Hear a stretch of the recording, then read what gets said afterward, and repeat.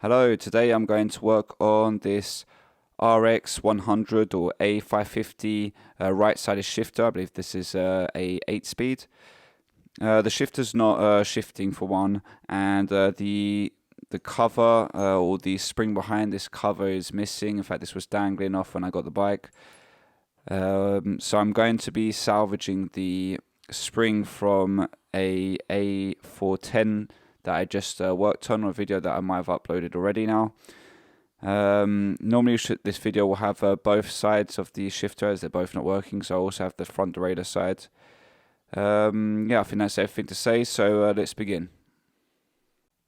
First thing underneath is a small little bolt here that we need to remove. I believe it's number 2. Make sure that your hex tool, Allen key tool, is fully seated inside. These get quite rusty.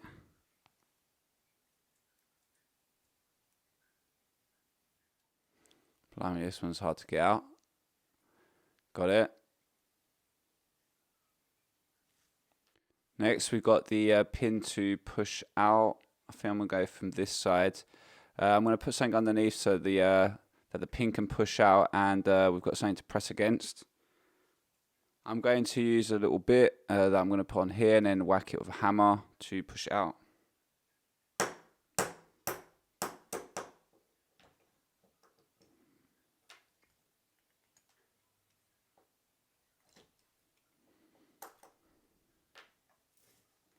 And now this should come out completely.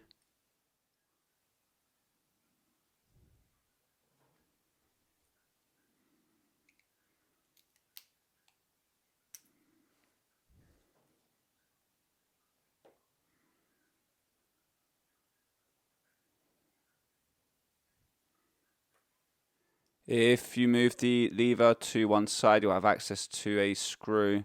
That's a JIS screw. We can notice by the little dot on the side. So let's take that off.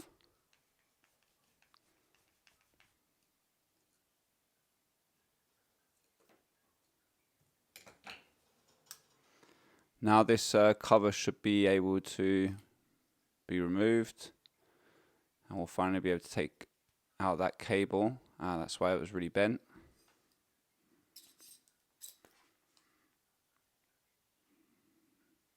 Well, it looks like this one's actually working already. It's very sticky though, but it is shifting. I thought I was going to have to remove it, and I've actually found a tool that allows you to remove that special nut at the back. But let's try and do this now so I can show you. So it's obviously very sticky, but I think once we put a bit of degreaser,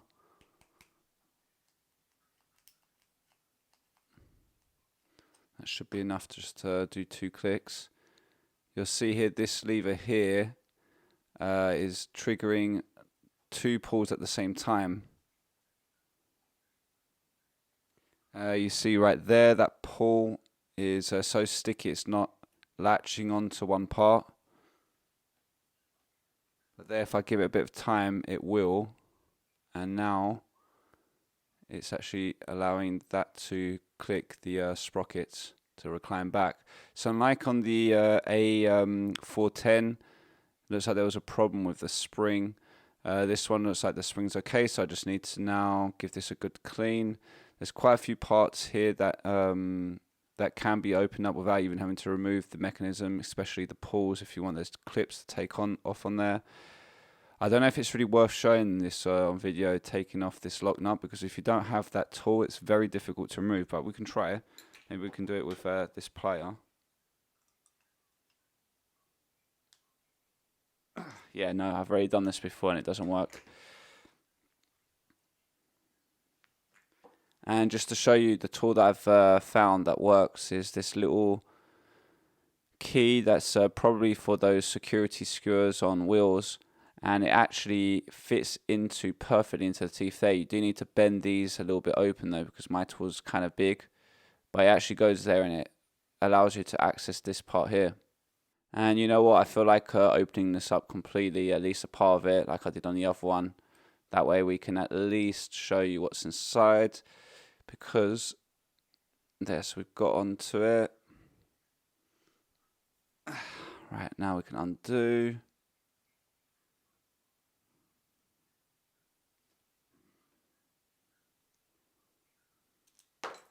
Okay, got it off. So now you can remove this part. Again, you've got this plastic cover. Spring was going through the bottom hole. Here there's a spring that's latched onto like the hook part of this plate. You can actually take that off with your finger. There you go, I've just done it.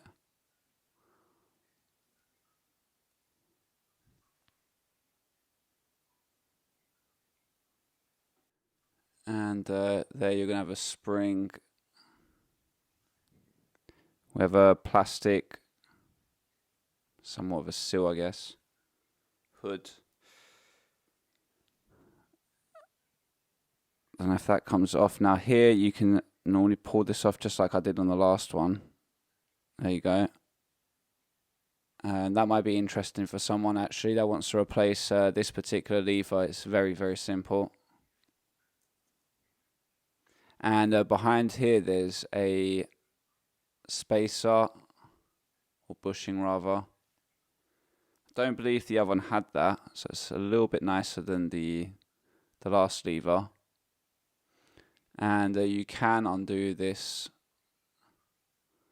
little spacer there. You know what, this pull right here is really, really sticky, so I've just decided to remove. I'm going to take off the E-clip that's holding it. There you go. And I'm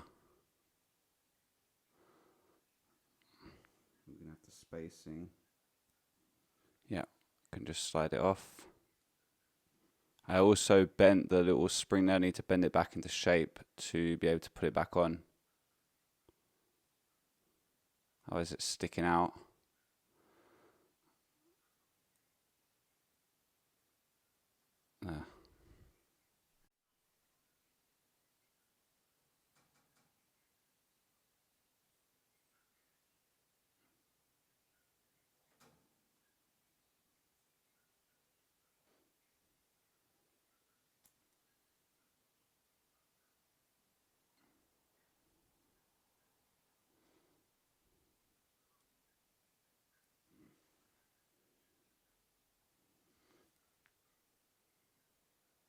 Let's put that E-clip back on.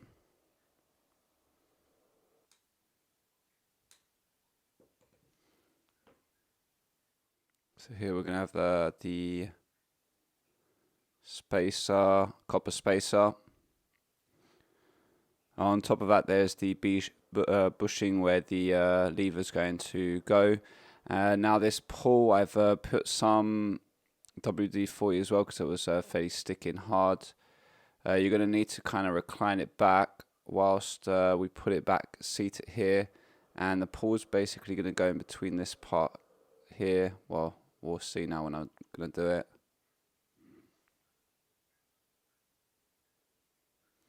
So it should be something like that, and this is essentially moving against the little black part there. And what that does eventually is it's triggering these two here. They're going underneath and under. Whoops. Can't quite show it now because I haven't got anything to hold on, but that is what it's going to be doing. Next we have this plastic cover, so there's a little nib that goes into the hole there. You need to insert that. There's then the spring. Now I think it's not completely symmetrical. One part's got a straight line, I think that's facing towards us, and then the other tip is going to go in front of where the lever is. I don't know how to explain that. It's latching onto the lever right there. Next we're going to have the metal plate with the hook part on it. So you need to kind of, I don't think there's many ways to do this. I think it's just this one. Yeah. So there you go, got it seated on there on this kind of star-shaped thing. And the other end of that hook, we're going to need to get it hooked up onto the metal plate there in the corner.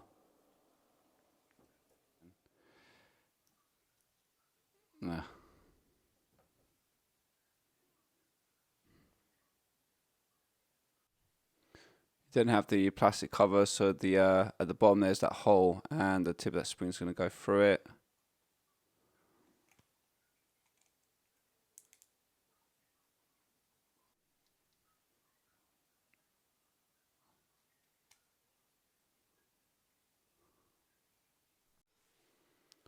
We've then got our special nut to screw back on.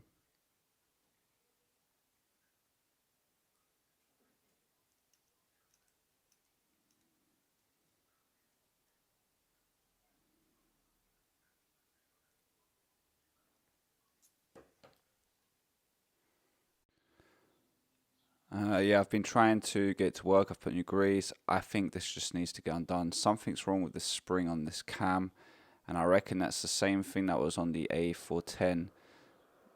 We're going to find out what it is. It's not working like it is now anyway.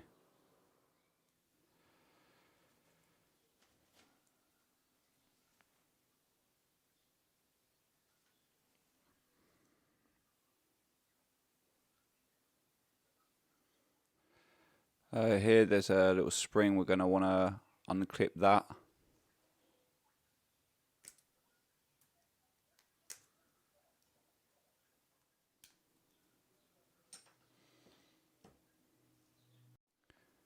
And this plate now you can take off.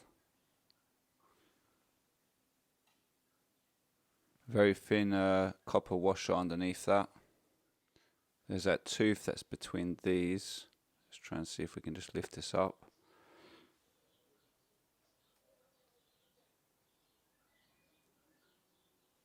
Oh, there's a bushing here.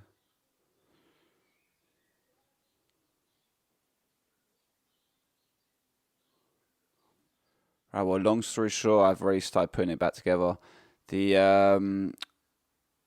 I think what I did is I put, when I was undid it the first time, one of the parts here had slipped and not been put back together again, and I think it was blocking everything else, because when I removed this now, the sprocket was working perfectly fine. It was moving, so it had to be something else, and this didn't look right where the spring was underneath here.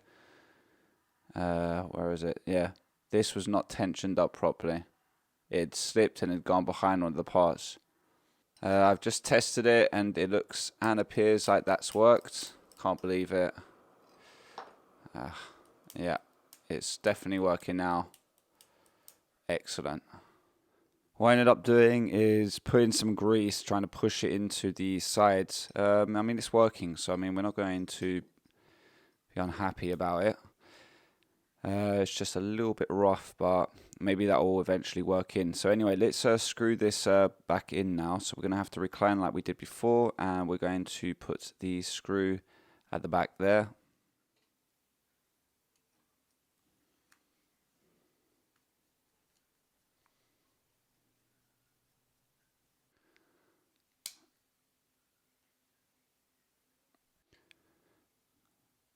Put these little barrels back in.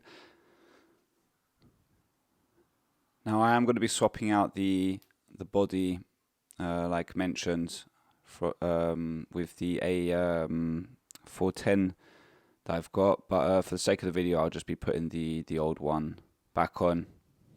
And that long tip of, sorry, I forgot to say, the long tip of that spring is going to go into the hole, and the rest is going to seat onto the that little barrel plastic part.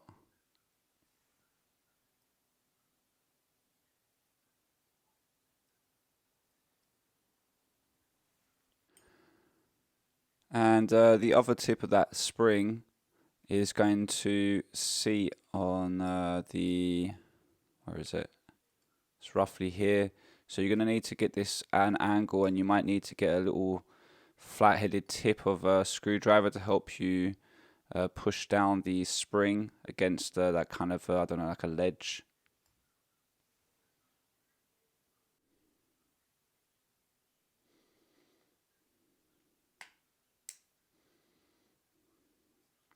Hold that all down. Now you might need to struggle a bit to be able to line up all the these parts, so you're going to get this pin in. So remember that there's a groove there on the pin, and you want it to be towards the side where's the that screw. So once you've got this all lined up, you should be able to get this in. So you really want that spring to be nice laying flat, with my method or any method really, to be able to get this in, otherwise that pin's going to cause you problems.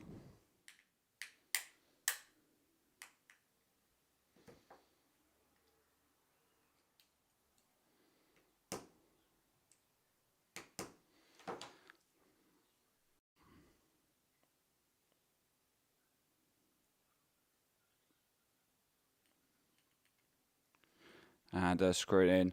I'm not going to first screw that in because I need to swap this out, so let's just leave it like that.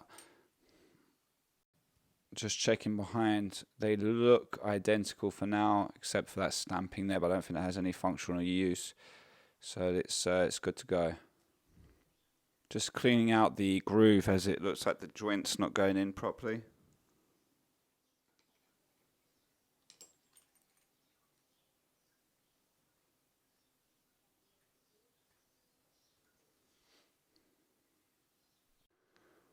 It looks like it's a little bit more clean now, that groove, so we should be able to seat this in. Yeah, cool. Now that spring, one side's got a kind of a straight part. I think that part there is going to go into here, going up this way, and the part that's more rounded, I think it's just simply going to go here, because I don't see any functional reason why that would need to be on this side. So one tip is going to go into the hole right there.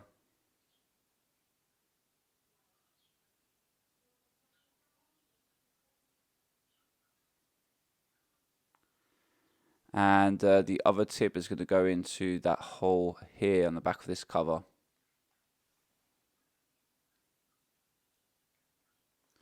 Now when we're going to need to tension it and twist it round, and whilst doing so, this part here needs to go into the top hole just underneath where the other tip of that spring goes, and we're also, since that's square shape, that needs to seat into that square shape of the cover. Now when I was doing this on the RSX, it appeared that when I was pushing down, it was easier to catch the spring on the little part on the inside. I don't know how to explain that, but anyway, you want this to be fairly like flat when you're gonna press it down.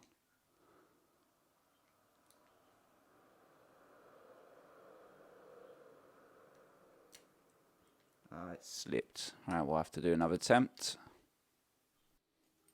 Second attempt. Probably open this up. Might have been better to have done this before, but it doesn't really make a difference.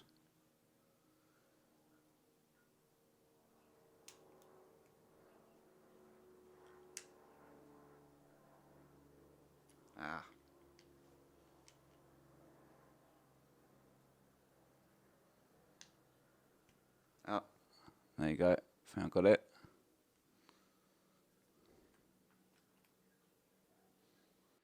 So I'm just making sure mine's all pushed down. You want this to be kind of nice and clean and flat.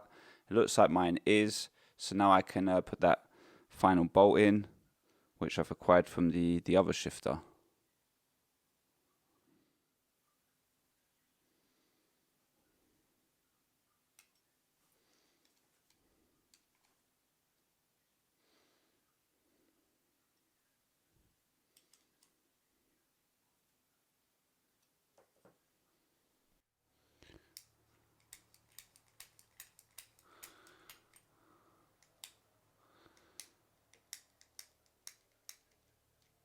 Cool. Looks like it's working, so that's done.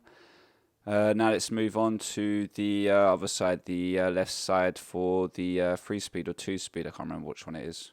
2-speed. Okay, now we've got the other side. So this one's actually kind of working. It's just extremely sticky. I can see inside that the sprocket's turning, but very sticky and slowly. So we're going to open this one up as well.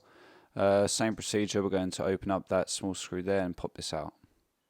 I bought a Starville set, so that way I had some longer Allen keys that were a little bit better than the Junior ones that I was using, and it turns out that the Starville ones aren't very good. I don't even know if they actually make their Allen key sets themselves. It's not marked as made in Germany either. I think they're made by Hafu. Anyway, Should have just got the longer version of the PB Swiss. A bit more expensive. Might go for the Bond House though as well. Ubuntu's. They appear to be quite good. The ones I've got made by Part Tools are fairly accurate and precise, and they don't round these little bolts. And that's where I noticed the Starville ones kind of their weak point. Now I'm going to knock it out. The best way really is just to knock it out with a hammer or a plier or a vice. Anyway, I'm just going to do it like this.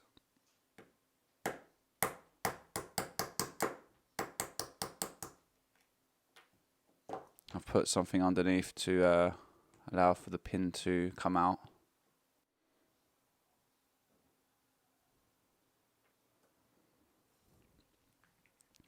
So now we can pull this out.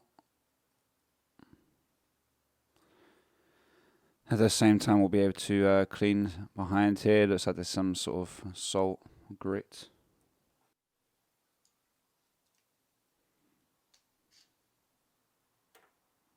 So to gain access, we are going to need to remove this number 5 hex bolt.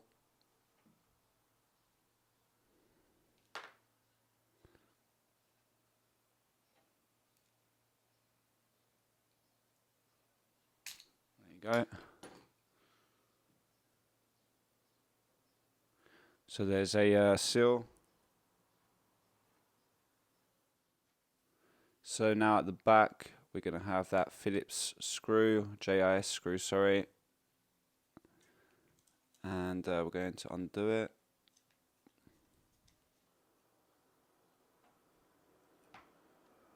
And that should be able to allow us to remove the lever itself. Now I'm going to remove this special nut that's at the back with my specialist tool. But otherwise you might not be able to do that, so you will have to clean from the exterior. But I think this is going to be better, give me better access to clean inside. So I'm going to undo it. It looks like it's locked in place. Yeah.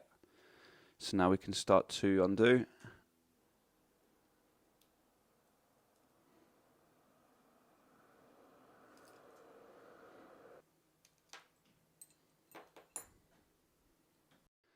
I want to be careful here because I don't really feel like removing all of the mechanism completely, just certain parts. So I'm going to lift up this part first, holding the rest down. Very sticky whatever's on this. So here, unlike the other one, it looks like there's a metal plate and the spring has been held on right there. It's going through that hole anyway. Let's see what happens when we take that off. Doesn't look like it's doing anything functional. Oh, it is. It's the spring. That might not be fun to undo. Put back on.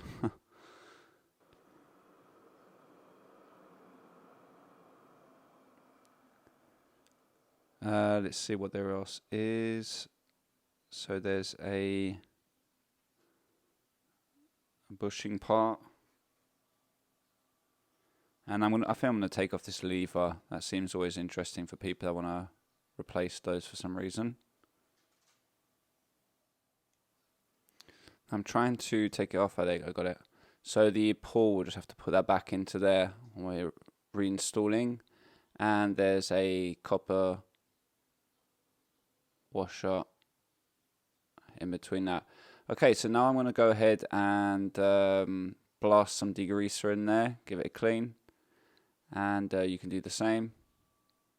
I've mostly cleaned everything now. It's not perfect, but it's definitely cleaner than it was before.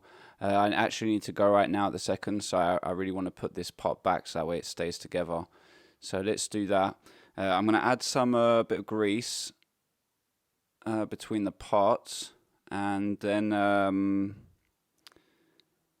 going to have to spray something inside, I guess, to grease up the interior of the mechanism. WD-40, I guess, will work as well on this if you're not having to remove anything. So we're going to have to put that small washer ring back on.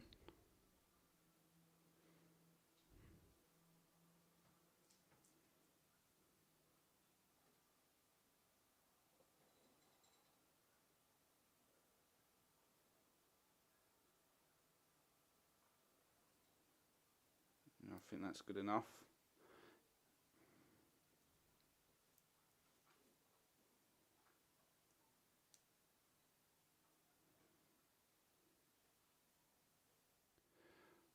And now we say the magical words, abracadoo, abracadabra, blah, blah, blah.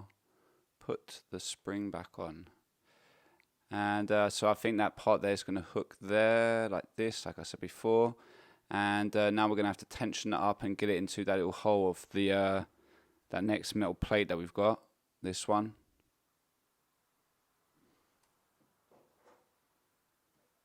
Okay.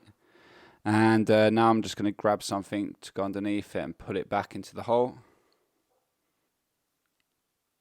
I think I've got it. Just need to push down. Yeah, cool. So now there's this little plastic thing. Plastic shaped ring. And that needs to go over that. Okay, there you go.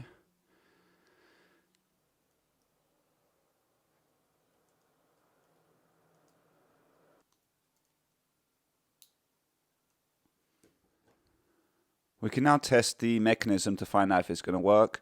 Just something to point out, that pull here is loose. Usually they're held on by a sort of E-clip, but on this shifter it looks like it's held down by the lever itself, or inserts into this hole here at the back of the lever anyway. So if you want to take it off, you can, and easily clean it. Also, I didn't see this when I was removing. At the back here there's a type of lock washer, square shaped one anyway, and when we're going to put the mechanism on, we're going to want to put it on as well. Hopefully you didn't lose yours when you're cleaning, like so. I think that's good.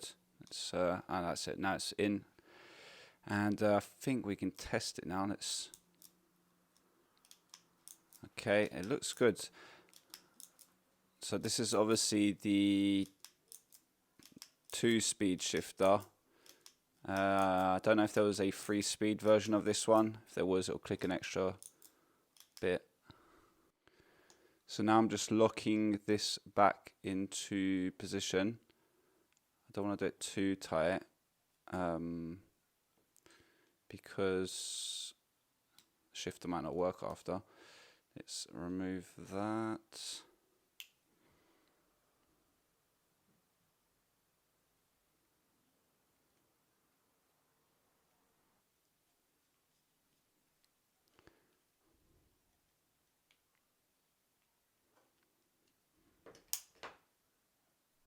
As for the lubrication on the interior, all the other little bits, I put some lithium sprayed grease inside. I haven't got anything at the moment that's kind of good at getting in between. Obviously there's WD-40, but I don't think that lasts very long once it starts getting wet. You obviously want some sort of form of grease that can go in there and at least stay there, like this Shimano grease, for example. Now for the spring. So one tip was a little bit longer, and that went inside here, and the other tip is going to go into the hole that's there at the end of my finger. So what we're going to need to do now is twist this and then push your seat in the that square shaped type of bolt into there, and that's what holds it. And then obviously after we've got the bolt.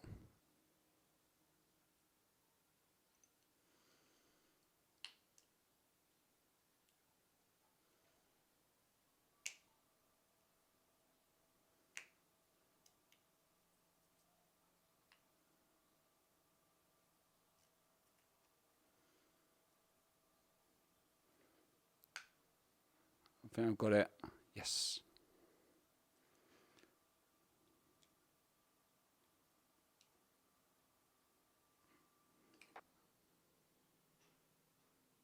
And that should be held down. Great.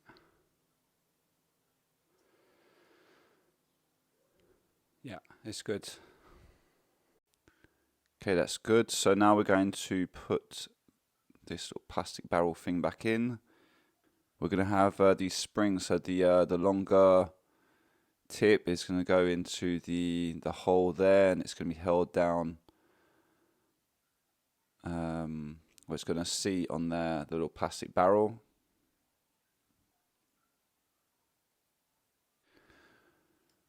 Now we just need to proceed on to inserting it back onto the main body or the holder. The other tip of that spring is going to then go against this part.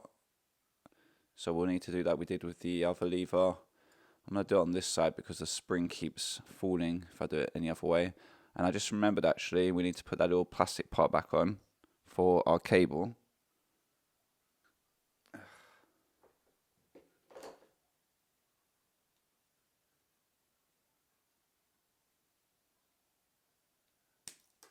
Got it.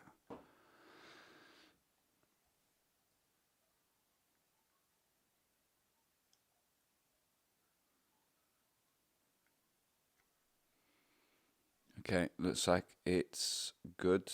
Yeah, we can now push the pin through. So again, I'll repeat that quickly. The pin, there's a small groove in there, and we obviously want that to. That's where the screw that's going to eventually go in here is going to push against. So we need to have it towards these screw sides. I'm going to put a little bit of grease on that pin. It helps it go in. Oh, cool. Nearly, it's already gone in practice. Oh, I don't even have to do anything. It's just pushed in with my finger. I've done something clearly right. And the finale, the little bolt. You can definitely put some thread locker on that. I think the thread locker is probably for rust prevention more than anything. And it was rusty anyway, so yeah. I think I'm just going to put some grease on it.